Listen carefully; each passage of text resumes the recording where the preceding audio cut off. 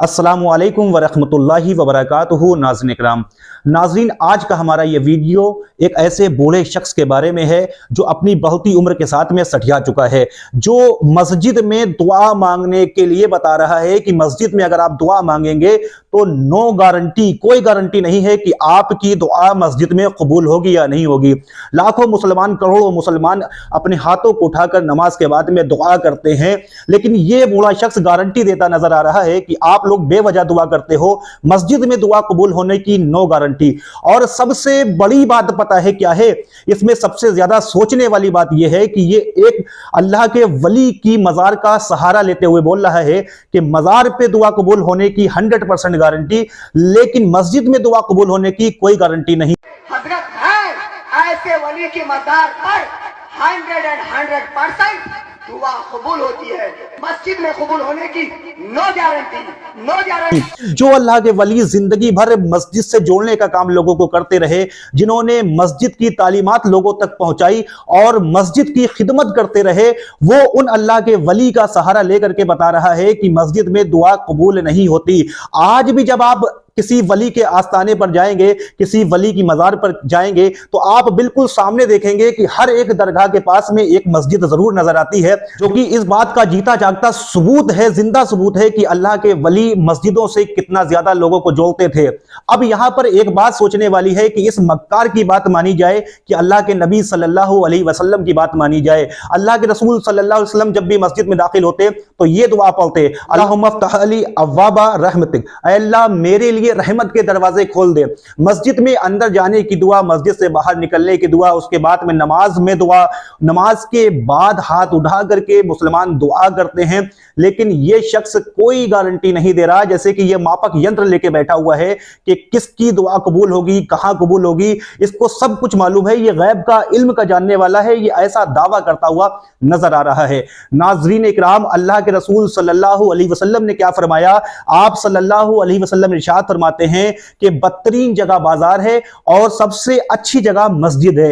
यानी कि मस्जिद के आदाब इतने जबरदस्त हैं, मस्जिद में अल्लाह सुब्हानहू व तआला सबसे ज्यादा अपने बंदे को देख करके खुश होता है। नाज़रीन इकराम, जहां पर अल्लाह सुब्हानहू व तआला सबसे ज्यादा खुश हो, वहां पर दुआ की भी क्या मकबूलियत होगी।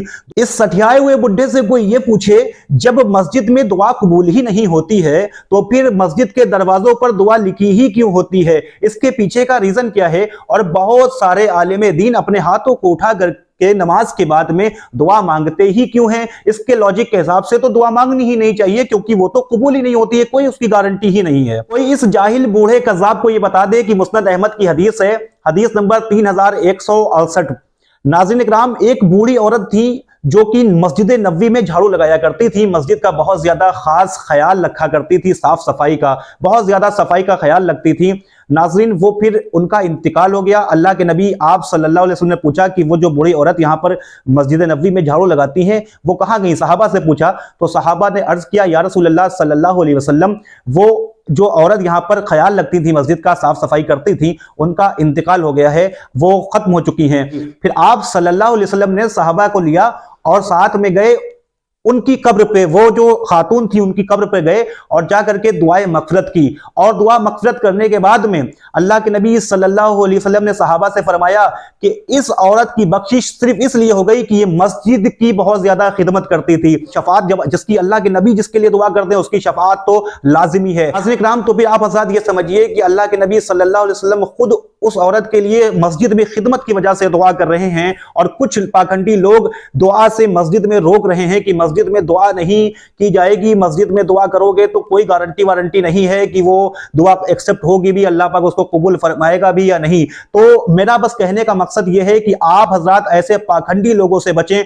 ऐसे लोगों से हरगिज बचने की जरूरत है जो लोग अल्लाह की मस्जिद में जाने से हमको रोकते हों। ऐसे लोग जो मस्जिद में जाने वालों को बुरा जानते हो, मस्जिद में दुआ को गलत जानते हो, मस्जिद में दुआ के कायल ही नहीं है, नाज़रीन इकराम, इनके ऊपर अल्लाह की फिटकार पड़ने वाली है और बहुत जल्द ये बहुत ज्यादा एक्सपोज होने वाले हैं। नाज़रीन, अगर आपको हमारा ये वीडियो पसंद आया है तो अभी हमारे चैनल को सब्सक्राइब कर दें और बेल आइकन को भी दबा दें।